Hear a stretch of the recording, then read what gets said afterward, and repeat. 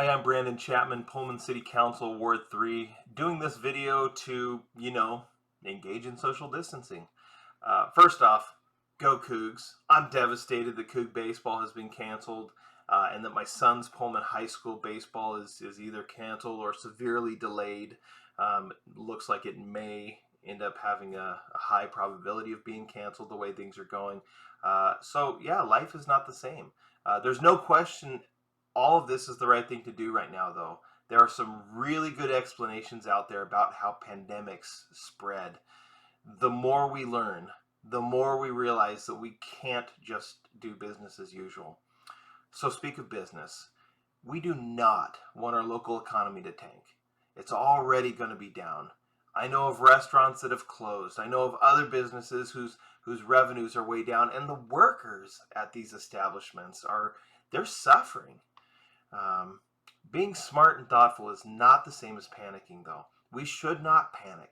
We need to calm down, and it's actually when we're calm that we can figure out how we can continue our lives in at least some semblance of normalcy while not being normal at all. Since the very beginning of this, I have been very vocal about finding ways to help business. This doesn't mean we can carelessly be out and about. It's disheartening to see some folks be so flippant about things. These are folks who think that the world revolves around them. It's kind of like that demotivator poster that jokingly says, none of us is as dumb as all of us. We have to take utmost precautions. And those precautionary expectations rise exponentially if we are or are around people who are in those most vulnerable age brackets. So my mother-in-law decided after my father-in-law passed away that she would move in with us. And thanks for choosing me. Actually, it's been a delight to share a home. I joke that she's in the basement where she belongs, but in reality, she has a whole basement level house, ability to cook, everything. And that's great because she can distance herself even from us. And that's important because she's 144 years old. And so this coronavirus, COVID-19, truly can be deadly. My family's actions matter because they could infect my mother-in-law. And at 192 years old, even the slightest misstep could put her life in jeopardy. So when I do go out and get something, I try to touch as little as I can. And after I do, I use hand sanitizer. And then as soon as I can get home, I wash my hands fully with soap and water before cross-contaminating things. And I'm doing it the right way that they tell you. My mother-in-law was a nurse for many years. My wife works in surgery in Moscow. Trust me, they know what it means to keep a sterile environment. So even if we're hunkered down and we get a package from one of our local vendors, say Neil's Flowers and Gifts, or something that College Hill delivers from their online sales that they're doing, we still need to consider the potential of live virus on those items. If we get food from takeout or delivery, we're going to limit our distancing, and we're going to wash our hands and wipe down some of the food containers.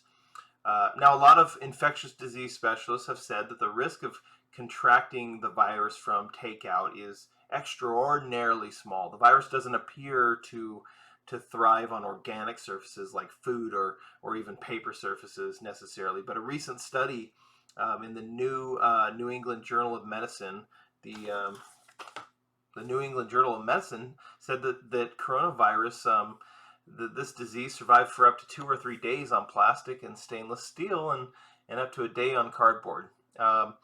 Experts say that the key protective measure against the virus, which is transferred through droplets and contact, so not airborne, is good hand hygiene. It really is as simple as that. I was very heartened by the governor's remarks yesterday about being more responsible. And if we're not, he can order a shelter-in-place edict. Look, I'm going to continue to find ways to support business. For the time being, I will continue to make videos introducing ways we can help business or what some organizations are doing to help during this time. But there could come a time, perhaps very soon, when we can less and less even responsibly do this, depending on how bad things can get. Hey, I'm with you. This is a scary time, but I know together we can beat this. Together we can be stronger.